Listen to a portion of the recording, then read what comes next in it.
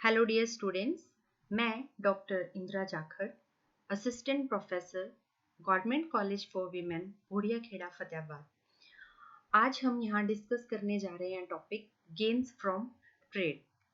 इसमें हम डिस्कस करेंगे introduction, meaning, gains of trade से क्या अभिप्राय है, टाइप्स, मेजरमेंट जिसमें हम क्लासिकल से लेके मॉडर्न थ्योरी किस तरह से बताती है हमें गेन्स फ्रॉम ट्रेड को मापना है, कौन कौन से तत्व हैं जो निर्धारित करते हैं gains from trade, factor determining gains from trade, और अंत में समरी।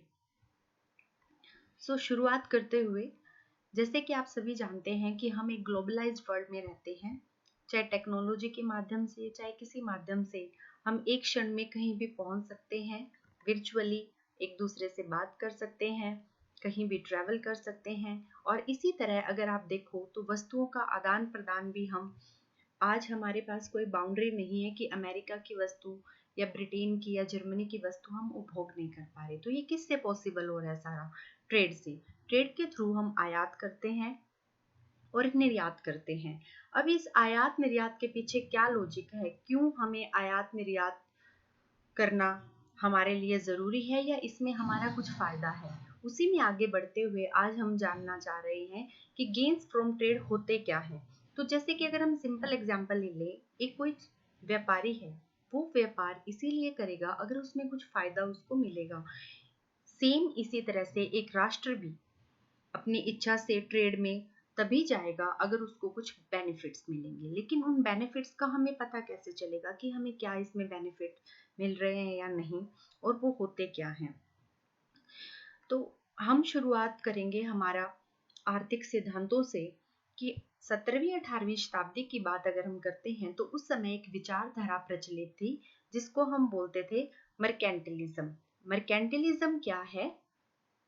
एक ग्रुप ऑफ पीपल, इसमें हम लोगों को लेते हैं जिसमें फिलोसफर भी आते हैं, बैंकर भी आते हैं, बुद्धिजीवी भी आते हैं। उनकी एक धारणा थी, उस धारणा जो ट्रेड के बारे में उस समय वो एक इकोनॉमी में जो चाहते थे, जो लिखते थे, उस धारणा को हम मर्केंटिलिज्म कहते हैं।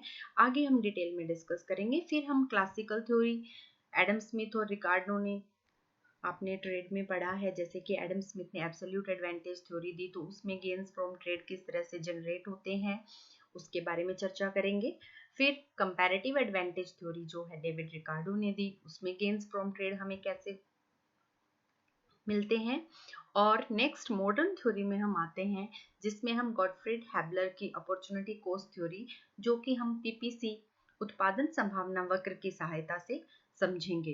तो सबसे पहले हम आते हैं कि गेन्स फ्रॉम ट्रेड से हमारा क्या अभिप्राय है। गेन्स फ्रॉम ट्रेड का मतलब शुद्ध लाभ या वस्तुओं की वृद्धि जो एक देश को दूसरे देशों के साथ व्यापार करने से प्राप्त होती है। या दूसरे शब्दों में हम ये भी कह सकते हैं कि एक देश के उपभोग में वृद्धि होना। जब हम दूसरे देश के साथ ट्रेड कर रहे हैं तो हमारा उपभोग भी बढ़ता है और उत्पादन भी बढ़ता है। तो ये जो हमें दोनों साइड से वृद्धि मिली है, ये हमारे क्या हो गए? व्यापार से लाभ। अब टाइप्स की जब हम बात करते हैं तो दो प्रकार के लाभ होते हैं। एक होते हैं संभावित लाभ, पोटेंशियल गेन जिसे हम बोलते हैं, और एक वास्तविक जिसको हम एक्चुअल गेन बोलते हैं। तो संभावित का मतलब कि कोई भी दो देश जो व्यापार करने जा रहे हैं, जैसे हम यहाँ पे हमने उदाहरण लिया है कि सपोज दो कंट्री हमने लिया है, एक ए लिया है और एक बी लिया है, और वो आपस में आदान प्रदान जो वस्तुएं कर रही हैं वो हमने ले ली एक्स और वाई। एक्स और वाई दो वस्तुएं हैं और ये इनका आदान प्रदान दो देशों के बीच में हो रहा है। तो इसमें जो इनको बनाने में इनकी लागत आ रही है, उनका जो डिफरेंस है उसको हम कहते हैं संभावित लाभ, पोटेंशियल गेन। यहाँ पे जीपी दिखा रहा है, जी मतलब गेन, पी से पोटेंशियल, सी एक्स जो हमने लिया है, एक्स वस्तु को बनाने में जो लागत आती है, वाई वस्तु को बनाने में जो लागत आती है ए कंट्री की, और ये हमने माइनस डिफरेंस को शो करने के लिए आया है। सी एक्स का मतलब एक्स वस्तु को बनाने में बी कंट्री में जो लागत आती है, सी वाई मतलब वाई वस्तु बनाने में जो पी कंट्री की लागत आती है। तो जो दोनों का डिफरेंस होता है वो क्या होता है? Potential gain. कि मान लीजिए इंडिया है और अमेरिका है, तो वही वस्तु इंडिया को बनाने में 50 रुपए की लागत आ रही है और मान लीजिए यूएस को बनाने में 30 रुपीज की आ रही है। तो इनका जो डिफरेंस हो गया वो क्या हो जाएगा, पोटेंशियल गेन। कोस्ट रेशियो, एक चीज आपने ध्यान रखना है, यहाँ पे हम रेशियो ले रहे हैं, अनुपात की, दोनों के वस्तुओं का लागत का अनुपात का अंतर हम देखेंगे यहाँ पे। और फिर है एक्चुअल गेन। एक्चुअल गेन में हम क्या अलग चीज ले लेते हैं, देखिए जो हमारे न्यूमरेटर डिनोमिनेटर चेंज हुआ है वो यहाँ पे सी की जगह पी हो गया। सी की जगह पी का मतलब वहां पे हम लागत ले रहे थे, यहाँ पे हम ले रहे हैं कीमत। तो कीमत के अनुपातों का जब अंतर हम दो देशों का लेते हैं तो वो हमारा हो जाता है एक्चुअल गेन।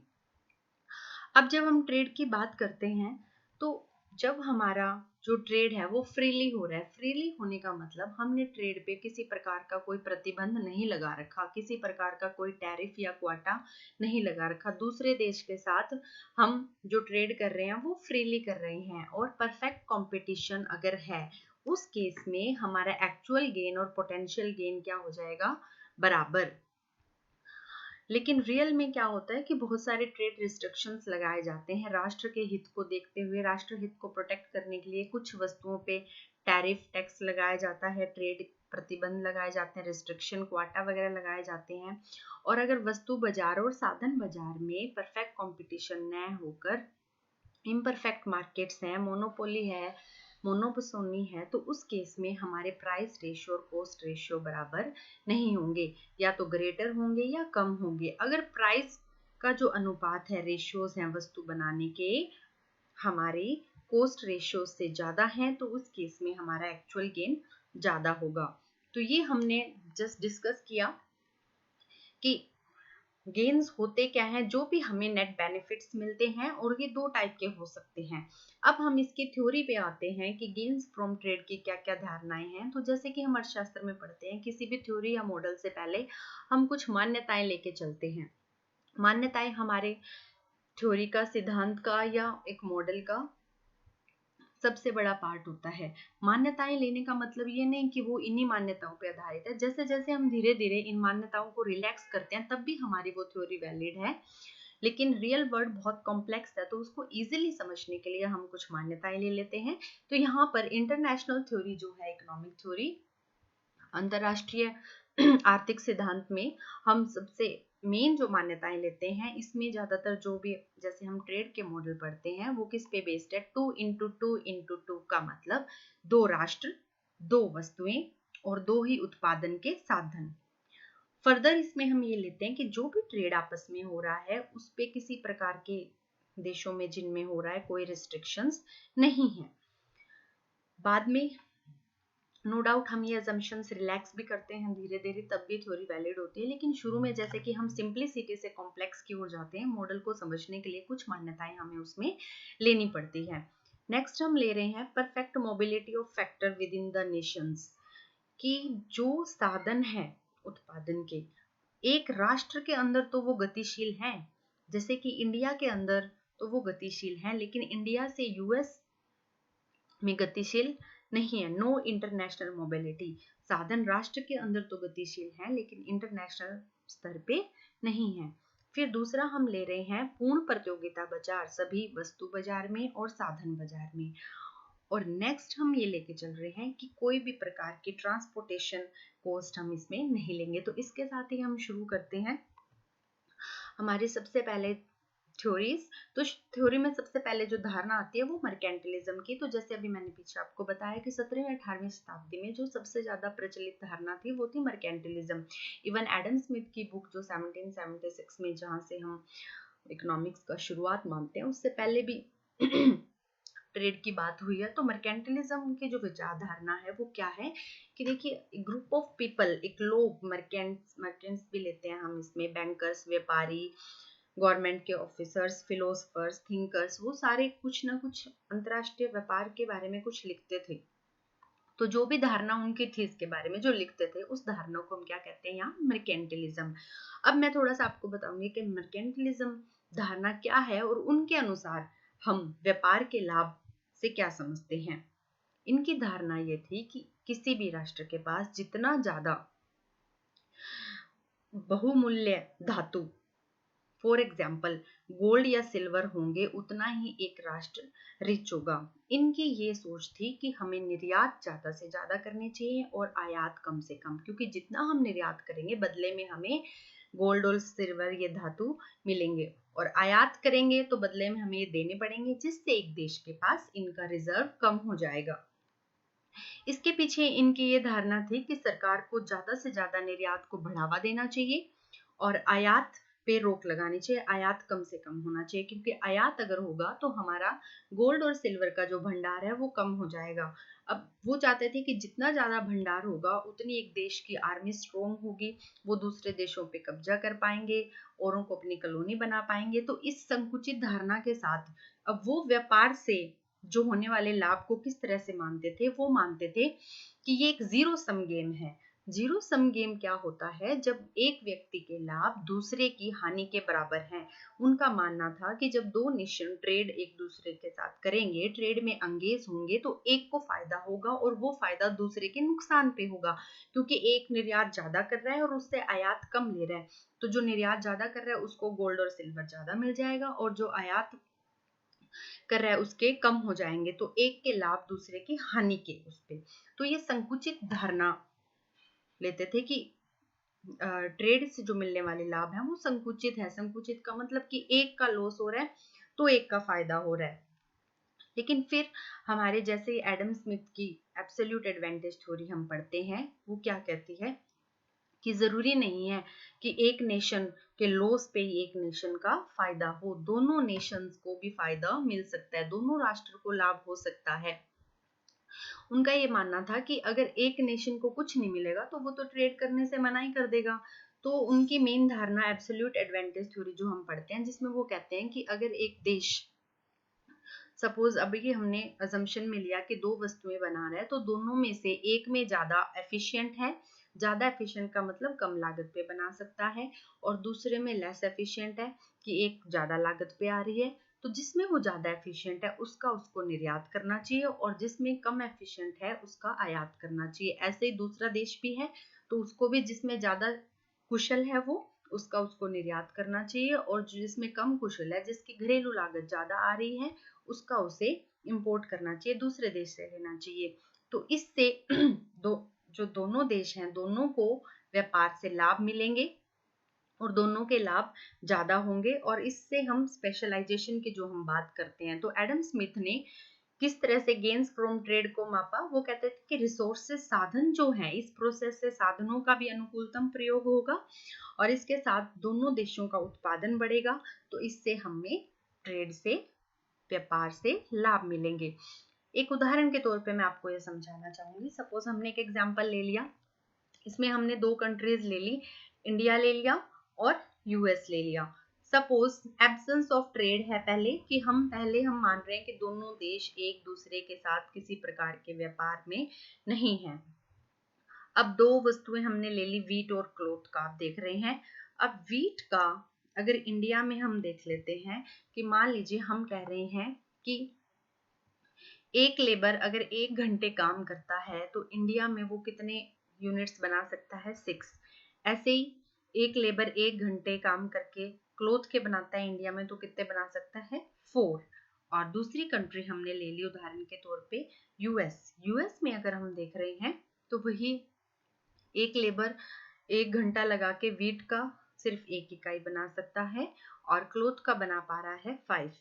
तो यहाँ से देखने से हमें क्या अंदाजा हो रहा है? देखिए कि इंडिया जो है अब 1 घंटे में वही लेबर 6 यूनिट्स बना पा रहा है और क्लोथ के 4। तो इंडिया किस में ज्यादा कुशल है? सॉरी, वीट में।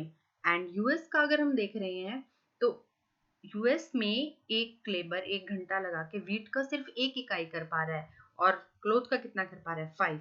तो एडम स्मिथ की एब्सोल्यूट थ्योरी के अकॉर्डिंग इंडिया को किस में स्पेशलाइज हो जाना चाहिए? वीट के प्रोडक्शन में, और यूएस को क्लोथ के उसमें। और इस तरह से स्पेशलाइज करके उनको गेन्स प्राप्त होंगे। वो कैसे होंगे वो अभी हम डिस्कस करते हैं। कि अगर अब ट्रेड हो रही है तो देखिए स्पेशलाइज हो गए। स्पेशलाइज होने का मतलब इंडिया अब सिर्फ वीट का करेगा और जिसमें उसको कम कुशलता है उसका वो खुद उत्पादन ना करके बाहर से आयात करेगा। ऐसे यूएस जिसमें कुशल है क्लोथ का करेगा और व्हीट बाहर से मंगवाएगा। अब आप ध्यान से देखिए अगर इंडिया व्हीट का कर रहा है तो अब वो दोनों के 2 घंटे जो लेबर के हैं वो किस में लगाएगा, व्हीट में। अब पिछले डायग्राम में देखिए कि 1 घंटा व्हीट में लगा रहा है तो 6 कर पा रहा है और 1 घंटा क्लोथ में। तो अब क्लोथ का नहीं कर रहा तो क्लोथ वाला 1 घंटा बच गया तो व्हीट में लगाएगा, तो टोटल व्हीट का कितना कर पाएगा इंडिया, 12 यूनिट्स। उसकी खुद की कंजप्शन 6 यूनिट ही है तो 6 उसके पास एक्स्ट्रा है देने के लिए। ऐसे ही अगर हम यूएस का देखें तो यूएस में अब स्पेशलाइज हो गया है क्लोथ में, ठीक है। अब देखिए 1 घंटा अगर यूएस लगा रहा है तो वो कितने यूनिट क्लोथ बना पा रहा है, 5। अब इंडिया जो है यूएस को कितना वेट दे पा रहा है, इंडिया 12 कर रहा है तो 6 खुद लेके भी 6 वो इसको दे रहा है। अब इंडिया अगर यूएस को 6 देगा, यूएस खुद कितना बना पा रहा था 1 घंटा लगा के सिर्फ 1 यूनिट, अब 6 मिल रहे हैं तो अगर 1 यूनिट वो कंज्यूम कर रहा है 5 घंटे अब भी उसके पास एक्स्ट्रा है, उन 5 को और एक खुद का जो है उसके पास, उसको मिला के उसके पास 6 हो गए। अब 6 घंटे अगर लगाएंगे तो 6 इंटू 5 30 यूनिट्स क्लोथ वो बना सकता है। अब 30 यूनिट्स क्लोथ अगर इंडिया को वो 6 यूनिट भी देता है, क्योंकि 4 तो इंडिया खुद बना रहा है तो 4 लेने के लिए राजी नहीं होगा, जितना वो बना पा रहा है उससे ज्यादा लेने के लिए राजी होगा। तो अगर ये 6 इंडिया को देता है तो भी 24 यूनिट इसका बच जाएगा, या उतने घंटे में ये और ज्यादा क्लोथ का उत्पादन कर सकता है। That is called specialisation. तो ये जो स्पेशलाइजेशन का जो फायदा हुआ है जिसके कारण वो उन्हीं संसाधन से ज्यादा उत्पादन कर पाएगा, ये क्या है, गेन्स फ्रॉम द ट्रेड। इसी को हमने डायग्रामेटिकली एक्सप्लेन किया है। ओ एक्स एक्सिस पे व्हीट ले लिया, ओ वाई एक्सिस पे हमने क्लोथ लिया है। यहाँ पे हमने पीपीसी ड्रॉ किए हैं, ये यूएस का है, ये इंडिया का है। जो टेबल वाला डाटा है उसी के अकॉर्डिंग हमने पीपीसी ड्रॉ किए। तो अब देखिए बिफोर ट्रेड जो पीपीसी है दिस इज ऑफ यूएस और ये किसका है, इंडिया का। अब आफ्टर ट्रेड इंटरनेशनल प्राइजेस के अकॉर्डिंग पीपीसी क्या हो जाएगा, ये जहां पे इंडिया व्हीट में स्पेशलाइज करेगा तो इंडिया इसका 6 करेगा और यूएस क्लोथ का करेगा, यहाँ पे स्पेशलाइज होगा। तो ये जो शेडेड रीजन है ये क्या है, गेन्स फ्रॉम ट्रेड। अब एडम स्मिथ की जो थ्योरी गेन्स फ्रॉम ट्रेड को एक्सप्लेन कर रही है वो कहती है कि एक नेशन 2 वस्तुएं बना रहा तो एक में कुशल होगा। तो ये थ्योरी जो है कुछ ही वर्ल्ड ट्रेड जो है टोटल उसका कुछ ही भाग एक्सप्लेन कर पाए, क्योंकि ऐसे नेशन कम ही हैं जो एक कुशल बना रहे हैं। बहुत सारे ऐसे डेवलप्ड कंट्रीज हैं, विकसित देश हैं जो दोनों वस्तुओं में सक्षम हो। तो अगर कोई ऐसी कंट्री है जो दोनों वस्तुएं बहुत ही कुशल कम लागत पे बना पा रही है और एक कंट्री है जो दोनों ही ज्यादा लागत पे बना रही है, तो उस केस में उसका आंसर हमें वहां नहीं मिलता। तो हम वो कंपैरेटिव एडवांटेज थ्योरी पढ़ते हैं कि ऐसे केस में ऐसा नहीं है कि हमें गेन्स नहीं मिलेंगे, कि एक कंट्री दोनों उत्पादन के वस्तुओं में भी उसकी लागत बहुत ज्यादा आ रही है और एक की दोनों में बहुत कम आ रही है, तो उस केस में भी हमारे गेन्स की संभावना है। वो कैसे, वो हम डेविड रिकार्डो की कंपैरेटिव एडवांटेज थ्योरी में पढ़ते हैं कि ये मेन आधार है गेन्स फ्रॉम ट्रेड का। देखिए कंपैरेटिव एडवांटेज थ्योरी क्या कहती है कि कोई भी नेशन अगर लेस एफिशिएंट है दूसरे नेशन के बजाय दोनों वस्तुओं के केस में, तो अभी भी ट्रेड उसके लिए बेनिफिशियल है, म्यूचुअली दोनों के लिए। ऐसा नहीं है कि एक राष्ट्र के लिए, एक राष्ट्र दोनों वस्तुएं ज्यादा लागत पे कर पा रहा है, एक दोनों बहुत ही कम पे कर पा रहा है, फिर भी दोनों म्यूचुअली ट्रेड से बेनिफिट हो सकते हैं। तो जैसे कि रिकार्डो का कंपैरेटिव एडवांटेज सिद्धांत क्या कहता है, इस केस में उसे तुलनात्मक लाभ देखना चाहिए कि तुलनात्मकली दोनों में उसको लाभ है, लेकिन ज्यादा लाभ है जिसमें उसका निर्यात करे और कम लाभ है उसका आयात करे। तो इसी में इन्होंने गेन्स फ्रॉम ट्रेड भी एक्सप्लेन करे हैं। उसको भी समझने के लिए हम एक टेबल की सहायता लेंगे। सपोज जब ट्रेड नहीं हो रहा है, अब इंडिया हम मान के चल रहे हैं कि कंपैरेटिवली तुलनात्मक लाभ है इसको दोनों में, व्हीट और क्लोथ दोनों के उत्पादन में, कि दोनों ही वो एक इकाई लेबर से या 1 घंटे में एक लेबर दोनों का उत्पादन कितना कर सकता है, 6 यूनिट्स व्हीट का और 4 यूनिट क्लोथ का। अगर यूएस का अगर हम देख रहे हैं तो देखिए यूएस में एक लेबर सिर्फ 1 इकाई व्हीट की बना पा रहा है 1 घंटे में और 2 इकाई क्लोथ की। तो यहाँ अगर हम तुलना करते हैं तो इंडिया दोनों में ही बेटर है कि यहाँ पे वही लेबर ज्यादा उत्पादन कर पा रहा है और यहाँ पे दोनों का ही कम कर पा रहा है। तो इसका मतलब ये नहीं है कि इस केस में अब इन दोनों में ट्रेड नहीं हो सकता या कोई गेन या लाभ हमें प्राप्त नहीं होंगे। अब भी उनमें ट्रेड होगा और हमें लाभ प्राप्त होंगे। वो कैसे? कि इस केस में जैसे कि रिकार्डो कहते हैं कि कंपैरेटिव देखें, अगर अब हम तुलनात्मक देखें तो वीट में देखो 6:1 और क्लोथ में 4:2। तो 6:1 में अगर हम देखते हैं तो इंडिया को 6:1 में तुलनात्मक ज्यादा लाभ है। तो इंडिया को किस में स्पेशलाइज होना चाहिए? वीट में। और यूएस को किस में? देखिए दोनों ही वो कम बना पा रहा है, लेकिन कम घाटा किस में है उसको? क्लोथ में। तो यूएस को क्लोथ में स्पेशलाइज होना चाहिए और इंडिया को वीट में। अब गेन्स फ्रॉम ट्रेड कैसे जनरेट होंगे? अगर इंडिया वीट में एंगेज हो जाएगा तो वीट का कितना बना पाएगा? दोनों साधन अब टोटली वो वीट में लगा देगा तो 12 यूनिट्स, और यूएस दोनों लगा देगा साधन तो वो 4 यूनिट्स बना पाएगा। अब इंडिया जब यूएस को वीट का निर्यात करेगा तो यूएस देखिए खुद 1 यूनिट बना पा रहा था, अब यहाँ से कितने मिलेंगे? 6 यूनिट। तो 6 यूनिट में 1 यूनिट कंज्यूम करने के बाद भी उसके पास 5 यूनिट्स बचे हुए हैं, और 5 यूनिट्स किसके बराबर है? 5 घंटों के बराबर। अब 5 घंटे और उसको एक्स्ट्रा मिल गए जिससे वो कपड़ा और बना सकता है। तो 5 घंटे और अगर वो लगाएगा तो 5 2 10, तो 10 यूनिट्स और कपड़े का अधिक उत्पादन कर सकता है। तो इस तरह से दोनों को ही व्यापार से लाभ अर्जित हो रहे हैं। अब इसी को कंपैरेटिव एडवांटेज थ्योरी को हमने डायग्रामेटिकली शो किया है कि गेन्स फ्रॉम ट्रेड को हम किस तरह से मापेंगे। ए बी हमने प्रोडक्शन पॉसिबिलिटी कर्व ले लिया, मान लीजिए इंडिया का है। तो पहले हम ई पॉइंट पे इक्विलिब्रियम है in the absence of trade, जब किसी प्रकार का व्यापार नहीं हो रहा है। अब देखिए जैसे ही हम व्यापार में एंटर करेंगे तो व्यापार हमारी घरेलू कीमतें न होके अंतरराष्ट्रीय बाजार में जो कीमत होती है उस पे व्यापार होगा। तो अंतरराष्ट्रीय बाजार कीमत के अकॉर्डिंग हमारी जो प्राइस लाइन हो जाएगी बीसी। अब बीसी प्राइस लाइन पे व्यापार में एंटर करने के बाद कंट्री किस पॉइंट पे होगी? एफ पॉइंट पे। अब अगर उसे घरेलू एफ पॉइंट पे देखिए वो है, अगर घरेलू उसे इस एफ पॉइंट पे उत्पादन करना पड़ता तो उसका पीपीसी कितना एक्स्ट्रा शिफ्ट होना पड़ता? ए बी से पीपीसी हमने पैरेलल ड्रॉ कर दिया, सेम स्लोप है इसलिए A1 B1 पैरेलल लाइन का स्लोप सेम होता है, इसलिए उसी पीपीसी को दर्शाने के लिए हमने पीपीसी ड्रॉ कर दिया A1 B1। तो अब देखिए इतने एक्स्ट्रा रिसोर्सेज घरेलू अर्थव्यवस्था में हमें लगाने पड़ते, तो इसलिए ये BB1 डिवाइडेड बाय OB, ये जो एक्स्ट्रा हमें फायदा मिल रहा है ये किसके कारण मिल रहा है? हमारा ट्रेड से। तो ये हो गए हमारे ट्रेड से लाभ रिकार्डो थ्योरी के अकॉर्डिंग। अब हम मॉडर्न थ्योरी की ओर बढ़ते हैं। अब जो मेन जो कमी रही एब्सोल्यूट थ्योरी या रिकार्डो थ्योरी की, नो डाउट उन्होंने मर्केंटिलिज्म से काफी व्यापक धारणा डेवलप की कि जरूरी नहीं कि एक कंट्री के लॉस पे हो गए, ये पॉजिटिव सम गेम भी हो सकता है। पॉजिटिव मतलब दोनों ही देशों को बराबर इसमें गेन मिल रहे हो या दोनों को ही म्यूचुअली बेनिफिट हो रहा हो। लेकिन इसका क्रिटिसिज्म इसलिए किया गया कि दोनों थ्योरी लेबर थ्योरी वैल्यू पे बेस्ड है। हेबलर ने अपॉर्चुनिटी कॉस्ट के माध्यम से गेन्स फ्रॉम ट्रेड को मेजर किया। अपॉर्चुनिटी कॉस्ट थ्योरी में हम क्या करते हैं?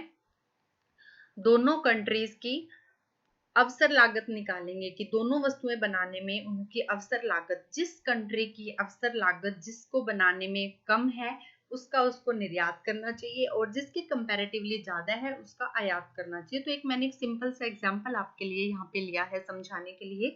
मान लीजिए हम दो व्यक्ति ले लेते हैं, एक टॉम है और एक जेरी है। सपोज टॉम है वो ये टॉम का प्रोडक्शन पॉसिबिलिटी कर्व हमने ले लिया। कांस्टेंट अपॉर्चुनिटी कॉस्ट के केस में हमारा पीपीसी स्ट्रेट लाइन होता है, और इधर हमने जेरी का ले लिया। अब देखिए टॉम का पीपीसी क्या दिखा रहा है कि या तो इधर हमने एक्स एक्सिस पे फिश ली है और इधर कोकोनट। हम ले रहे हैं यहाँ पे कि हर हफ्ते वो कितनी क्वांटिटी ऑफ फिश और कितनी क्वांटिटी ऑफ कोकोनट। अब अगर बिल्कुल भी कोकोनट ना बनाए जाए तो टोटल फिश कितनी बना सकता है टॉम? 40। और अगर फिश ना बनाए जाए, सारे कोकोनट बनाए तो 30, क्योंकि साधन लिमिटेड है, तो इसलिए। लेकिन दोनों का कंजप्शन जरूरी है, तो हम कुछ रिसोर्सेज फिश में लगा रहे हैं और कुछ कोकोनट में। तो यहाँ से अगर हम देखते हैं, हमने एक पॉइंट ले लिया स्टार कि बिना ट्रेड के टॉम कहाँ कंज्यूम कर रहा है? इस पॉइंट पे पीपीसी के, जहां पे वो हर हफ्ते 28 फिश ले रहा है और 9 कोकोनट। ऐसे ही सेम लाइंस पे चलते हुए सिमिलरली हमने जेरी का पीपीसी लिया।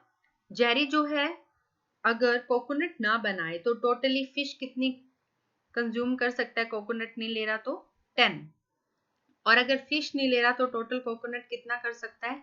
20। नाउ दोनों रिक्वायर्ड हैं, तो समवेयर पीपीसी के ऊपर स्टार पॉइंट पे वो कहीं इक्विलिब्रियम पे है ट्रेड के बिना, जहां पे वो 8 यूनिट ले रहा है कोकोनट के और 6 यूनिट ले रहा है फिश के। तो ये सिचुएशन है विदाउट ट्रेड, कि दो लोग हमने ले लिए, दोनों का ट्रेड से पहले की सिचुएशन बता दी।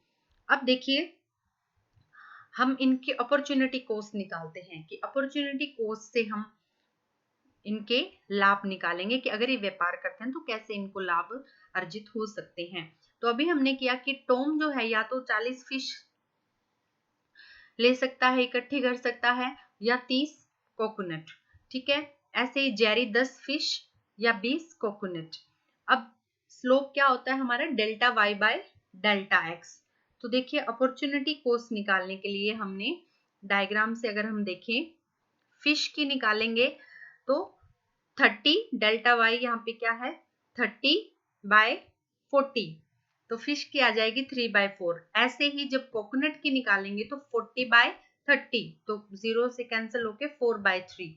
ऐसे ही यहाँ पे हम फिश की निकालेंगे तो 20/10, और कोकोनट की निकालेंगे तो 10/20।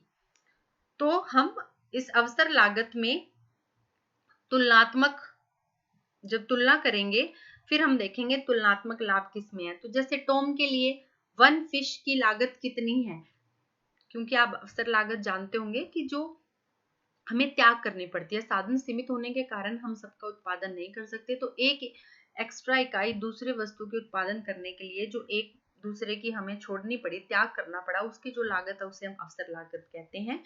तो एक फिश की अवसर लागत एक्स्ट्रा फिश के लिए हमें कोकोनट की कितनी है? 3/4। ऐसे ही एक कोकोनट की अवसर लागत, एक कोकोनट एक्स्ट्रा इकट्ठा करने के लिए कितनी फिश छोड़नी पड़ती है? 4/3। इसी तरह जेरी के लिए अगर हम देखते हैं, एक फिश की अवसर लागत कितनी है? 2 कोकोनट, और एक कोकोनट की अवसर लागत कितनी है? 1/2 फिश। तो यहाँ से अगर हम कंपैरेटिवली देखें तो टॉम के लिए फिश की कितनी है? 3/4 कोकोनट, और जेरी के लिए फिश की कितनी है? 2 कोकोनट। तो जेरी के लिए ज्यादा है। ऐसे कोकोनट की अगर हम देखते हैं टॉम के लिए, तो 1 कोकोनट की है 4/3, और इसके लिए है 1 कोकोनट की 1/2 फिश। तो कोकोनट की जेरी के लिए कम है।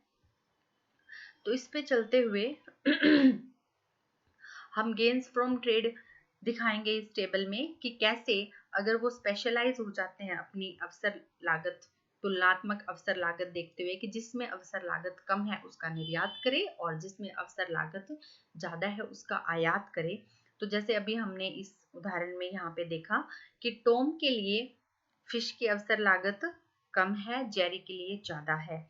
तो इसकी अवसर लागत फिश में कम है, और कोकोनट में अगर हम देखें तो टॉम की ज्यादा है। तो जेरी को कोकोनट में स्पेशलाइज हो जाना चाहिए और टॉम को फिश में। और अगर स्पेशलाइजेशन से ट्रेड करते हैं तो कैसे हमारे लाभ अर्जित होंगे, वो हम नेक्स्ट टेबल में शो कर रहे हैं। तो टेबल में हमने सिचुएशन दिखाई है, पहले without trade and after with trade. तो विदाउट ट्रेड में टॉम और जेरी हमने ले लिया, इधर वस्तुएं ले ली हमने, उत्पादन ले लिया और उपभोग ले लिया। तो टॉम कितनी फिश का उत्पादन कर रहा है, कितना उपभोग? 28 का, और कोकोनट का 9 का। ऐसे ही जेरी जो हमने डायग्राम में भी दिखाया था, 6 का उपभोग और उत्पादन कर रहे हैं, और 8 फिश का और 8 कोकोनट का। अब ये सिचुएशन है विदाउट ट्रेड। विद ट्रेड जैसे वो स्पेशलाइज हो जाते हैं, अवसर लागत जिसमें कम है उसका निर्यात करके और ज्यादा है उसका आयात करके, तो ट्रेड से लाभ प्राप्त होते हैं, वो हम यहाँ देखेंगे। देखिए कैसे।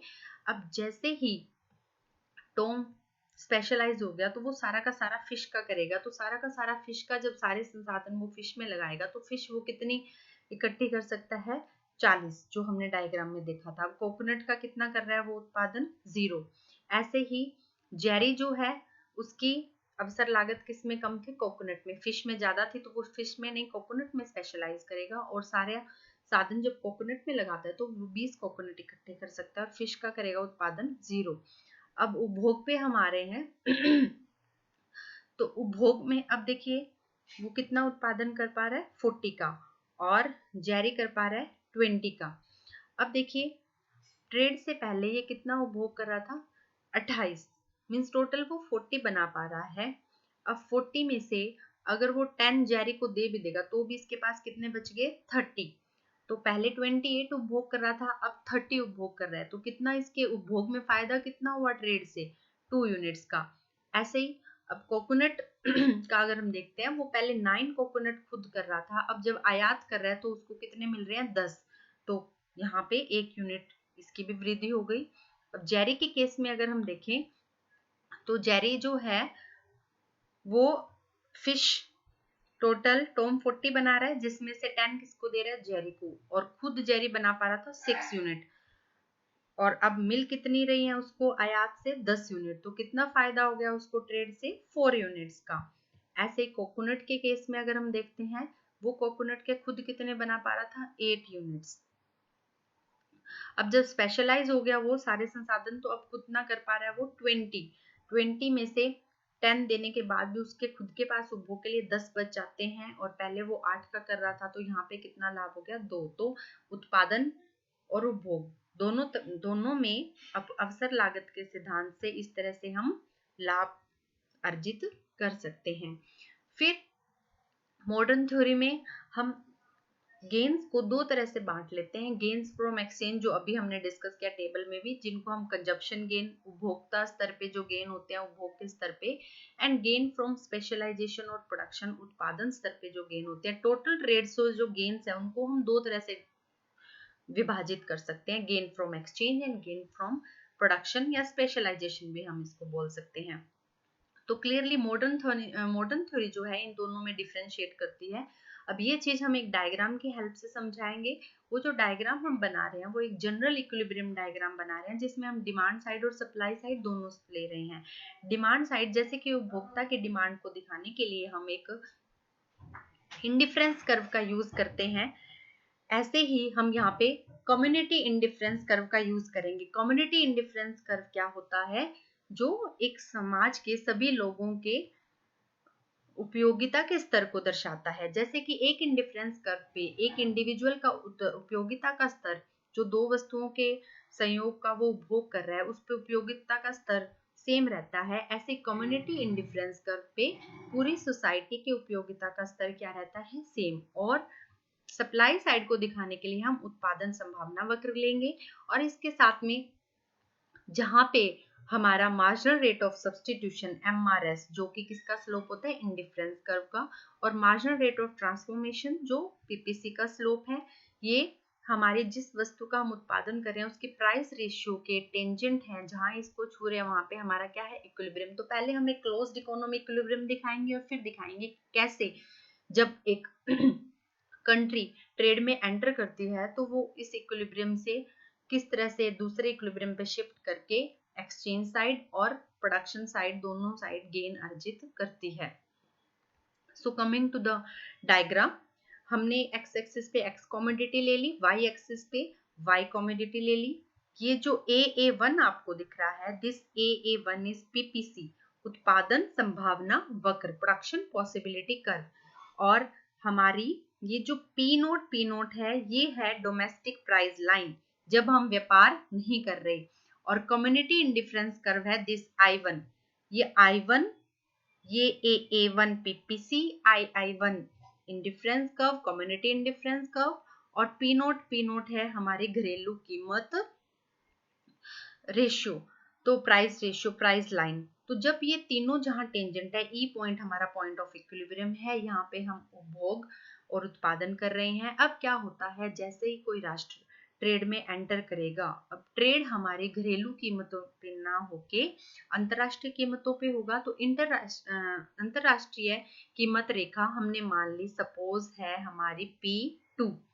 अब ये जो कीमत रेखा है पहले वाले से ज्यादा स्टीपर है। ज्यादा स्टीपर होने का मतलब क्या हुआ कि Y सस्ती है और X महंगा है। अब Y सस्ती है तो इस कीमत रेखा पे हमारा इंडिफरेंस कर्व शिफ्ट होके उपभोक्ता इस वस्तु का ज्यादा उपभोग करेंगे और शिफ्ट हो जाएगा I1 से I2। तो E से अब हम ट्रेड में जब एंटर करें तो उपभोग हमारा कौन से पॉइंट पे चला गया, E से चला गया C पे।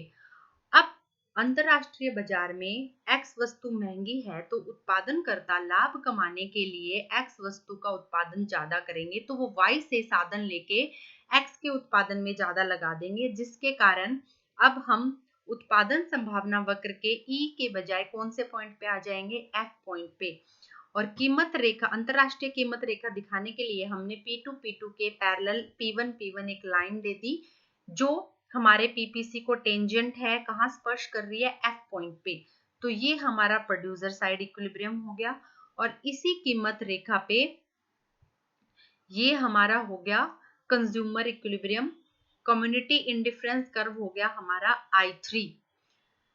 तो ये जो हमारा E से हम C1 पॉइंट पे और F पॉइंट पे जो शिफ्ट हुए हैं ये हैं हमारे व्यापार से कुल लाभ। अब इन लाभ को हमने दो तरीके से विभाजित किया है, गेन फ्रॉम कंजप्शन और gain from production. Gain from consumption का मतलब उपभोक्ता के पास अब ज्यादा वस्तुओं की चॉइसेस है और कम कीमत पे उससे मिल रही है, इसलिए उपभोक्ता के संतुष्टि का स्तर बढ़ा है और वो C1 पॉइंट पे चला गया। तो ये जो उपभोक्ता का स्तर बढ़ा है ये हमारे gain from exchange enter, trade में एंटर करने के कारण जो हमें प्राप्त हो रहे हैं।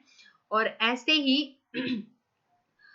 जो प्रोड्यूसर हैं उनको भी लाभ कमाने का मौका मिला कि अंतरराष्ट्रीय बाजार में जिस वस्तु की ज्यादा कीमत मिल रही है उसको बना के वो बेचेंगे तो ज्यादा प्रॉफिट हो रहा है, तो वो कौन से पॉइंट पे शिफ्ट हो गए, एफ पे। अब इस पे हमारे अंतरराष्ट्रीय कीमत रेखा हमारे घरेलू कम्युनिटी इंडिफरेंस कर्व और हमारे पीपीसी को स्पर्श कर रही है, तो जिससे हम ई पॉइंट के बजाय नए इक्विलिब्रियम पे आ गए। ई से C1 जो है ये हमारे लाभ दिखा रहा है, गेन फ्रॉम एक्सचेंज, और ई से जो एफ है ये है gain from the production, trade के कारण जो हमें उत्पादन साइड जो गेन हुए हैं। अब जो हमारी जो कंट्री है वो D1F का एक्सपोर्ट कर रही है, एक्स वस्तु का एक्सपोर्ट कर रही है क्योंकि इसके ज्यादा प्राइस मिल रहे हैं। इतने एक्सपोर्ट के बदले हम आयात कितना कर रहे हैं, C1 D1 इतना ज्यादा आयात कर रहे हैं, तो ये हमारे व्यापार से लाभ हुए। अब जो व्यापार से हमें मिलने वाले लाभ हैं वो एक लार्ज कंट्री और स्मॉल कंट्री के लिए अलग अलग होंगे कि एक स्मॉल कंट्री को कितने मिलेंगे और लार्ज को कितने। जैसे कि बेसिकली अगर हम देखें आर्थिक स्तर पे अगर कोई कंट्री स्मॉल है, स्मॉल होने का मतलब उसकी मार्केट की साइज छोटी है, उसके साधन जो हैं वो इतने ज्यादा डाइवर्सिफाइड नहीं है, इतनी स्पेशलाइज नहीं है, टेक्नोलॉजी का स्तर इतना ऊंचा नहीं है। तो अगर कोई एक स्मॉल कंट्री है आर्थिक तौर पे और एक लार्ज कंट्री है, तो स्मॉल कंट्री के पास छोटी मार्केट है, लार्ज कंट्री के पास बड़ी मार्केट है ऑफर करने के लिए, रिसोर्सेज भी डाइवर्सिफाइड हैं, तो लार्ज कंट्री के जो लाभ हैं उनका फायदा कौन उठा पाएगी, स्मॉल कंट्री। तो जब ये ट्रेड में एंटर करेंगे दोनों तो स्मॉल को ज्यादा बेनिफिट्स मिलेंगे या सारे मोस्टली, और लार्ज कंट्री को कम बेनिफिट होगा। यही सेम चीज हम एक डायग्राम से दिखाने जा रहे हैं। हमने कंट्री ए और कंट्री बी का डायग्राम ले लिया जिसमें कंट्री ए को हमने मान लिया लार्ज है और कंट्री बी को हमने मान लिया स्मॉल है। अब लार्ज पहले हमने मान लिया कि बिना ट्रेड के ये आर पॉइंट पे इक्विलिब्रियम पे है और ये R1 पे। अब जैसे ही दोनों में ट्रेड होगा अंतरराष्ट्रीय कीमत जो है लार्ज कंट्री की कीमत रेखा पे कोई परिवर्तन नहीं आएगा, उसकी सेम रहेगी। स्मॉल जो कंट्री है उसकी जो डोमेस्टिक प्राइस से इंटरनेशनल प्राइस अलग होंगे, इसलिए उसकी अंतरराष्ट्रीय कीमत रेखा क्या हो जाएगी, BB2। अब अंतरराष्ट्रीय कीमत रेखा पे अगर हम देखें तो Y महंगा है और X सस्ता है, ये Y में स्पेशलाइज करेगी और Y में स्पेशलाइज होके Y का देखिए BT जो है ये तो ये करेगी आयात और TRTY का निर्यात। अब जो बड़ी कंट्री है उसको छोटी के अकॉर्डिंग अपनी एडजस्टमेंट करनी पड़ेगी, जिससे देखिए जितना छोटी कंट्री निर्यात कर रही है वाई का, उतना बड़ी कंट्री आयात कर रही है, और जितना ये आयात कर रही है इतना ये निर्यात कर रही है, तो इतने निर्यात के बदले इतना आयात मिल रहा है और ये हायर इंडिफरेंस कर्व पे चली गई, तो सारे के सारे लाभ किसको मिल गए? छोटी कंट्री को, स्मॉल कंट्री को। अब हम आते हैं कि कौन से तत्व हैं जो हमारे व्यापार से मिलने वाले लाभ को प्रभावित करते हैं। सबसे पहले है डिफरेंस इन कॉस्ट रेशियो, की जो कंट्रीज व्यापार में एंटर कर रही हैं उनकी वस्तु को बनाने की तुलनात्मक जो लागत है उसमें कितना अंतर है। जितना अंतर ज्यादा होगा उतने वो गेन अर्जित ज्यादा कर पाएंगे। दूसरा जो है प्रोडक्टिव एफिशिएंसी, उत्पादन की जो क्षमता है, उत्पादन की क्षमता जितनी बेटर होगी उतनी लागत कम आएगी, लागत कम आएगी तो वस्तु की कीमत भी कम होगी, कम होगी तो वो बाजार में, अंतरराष्ट्रीय बाजार में ज्यादा compete करेगी और उनको लाभ ज्यादा अर्जित होंगे। नेक्स्ट फैक्टर जो है हमारे व्यापार से मिलने वाले लाभ को प्रभावित करता है वो है रेसिप्रोकल डिमांड। रेसिप्रोकल डिमांड का मतलब कोई भी दो देश आपस में जब ट्रेड कर रहे हैं तो उस देश की वस्तु की मांग दूसरे देश में कितनी स्ट्रोंग है और दूसरे देश की वस्तु की डिमांड पहले देश में कितनी स्ट्रोंग है। जिस देश की वस्तु की मांग जितनी ज्यादा बेलोचदार होगी उसको उतने लाभ कम मिलेंगे, जितनी ज्यादा लोचदार होगी उसको व्यापार से मिलने वाले लाभ उतने ज्यादा होंगे। नेक्स्ट है साइज ऑफ द कंट्री, जो अभी हमने डिस्कस किया कि कंट्री का साइज भी आपके व्यापार के लाभों को निर्धारित करता है कि छोटा है या बड़ा। और लास्ट है इसका nature of the commodities exported, कि जो वस्तुओं का आप निर्यात कर रहे हैं उनका नेचर कैसा है। नेचर का मतलब प्राइमरी वस्तुएं हैं वो एग्रीकल्चर गुड्स हैं या फिर मैन्युफैक्चर गुड्स हैं। अगर एग्रीकल्चर गुड्स हैं तो एग्रीकल्चर गुड्स में मोस्टली परफेक्ट कंपटीशन होता है तो प्राइसेस कम मिलेंगे, तो हमें व्यापार से मिलने वाले जो लाभ हैं वो कम होंगे। मैन्युफैक्चर गुड्स के केस में प्राइसेस ज्यादा मिलेंगे तो लाभ हम ज्यादा अर्जित कर पाएंगे। एंड इन द एंड हम कंक्लूड करते हैं कि जो हमें व्यापार से मिलने वाले लाभ हैं वो मर्केंटिलिज्म की धारणा से ही हम शुरू हो जाते हैं कि कुछ ना कुछ लालच, लाभ, लॉजिक ट्रेड के पीछे यही है कि हमें जब कुछ लाभ मिलता है तभी हम ट्रेड करते हैं। लेकिन मर्केंटिलिज्म की एक संकुचित ट्रेड की धारणा थी कि एक के लॉस के कॉस्ट पे ही दूसरे को फायदा होगा, अगर एक नेशन लाभ में है तो दूसरे को लॉस ही होगा। इस संकुचित धारणा को व्यापक करते हुए क्लासिकल इकोनॉमिस्ट एडम स्मिथ और रिकार्डो ने आगे इसको बढ़ाया कि पॉजिटिव जीरो सम के बजाय पॉजिटिव गेम में भी ट्रेड के व्यापार से मिलने वाले लाभ हो सकते हैं, कि हमें गेन्स भी पॉजिटिव मिल सकते हैं, कि दोनों देशों को ही फायदा हो सकता है, जरूरी नहीं एक के नुकसान पे दूसरे को फायदा हो। और ये किससे होंगे? जब हम हमारी तुलनात्मक लागतों के आधार पे हम स्पेशलाइज करेंगे। तो फिर मॉडर्न थ्योरी इन जो हमें व्यापार से मिलने वाले लाभ हैं इनको दो पार्ट्स में डिवाइड करती है, कंजप्शन साइड के लाभ और प्रोडक्शन साइड के लाभ। और इसके साथ हम कह सकते हैं कि डायरेक्टली या इनडायरेक्टली म्यूचुअली दोनों देशों को व्यापार से लाभ मिलते हैं। नो डाउट जब ये लाभ डिस्ट्रीब्यूट होते हैं कि किसको कम मिलेंगे ज्यादा मिलेंगे, वहां पे कुछ ना कुछ कंट्रीज में कन्फ्लिक्ट्स हो जाते हैं, उसके लिए भी प्रॉपर कंपनसेटरी पॉलिसीज होते हैं जिससे इनको करेक्ट हम कर सकते हैं। These are the some books for the references that you can study for this topic: International Economics by Dominic Salvatore, 11th edition; Krugman, International Economics Theory and Policy, 9th edition; and next is M.L. Jingle, International Economics, 7th edition; International Economics, Rana and Verma. Thank you. Hope you have enjoyed the lecture. Thanks.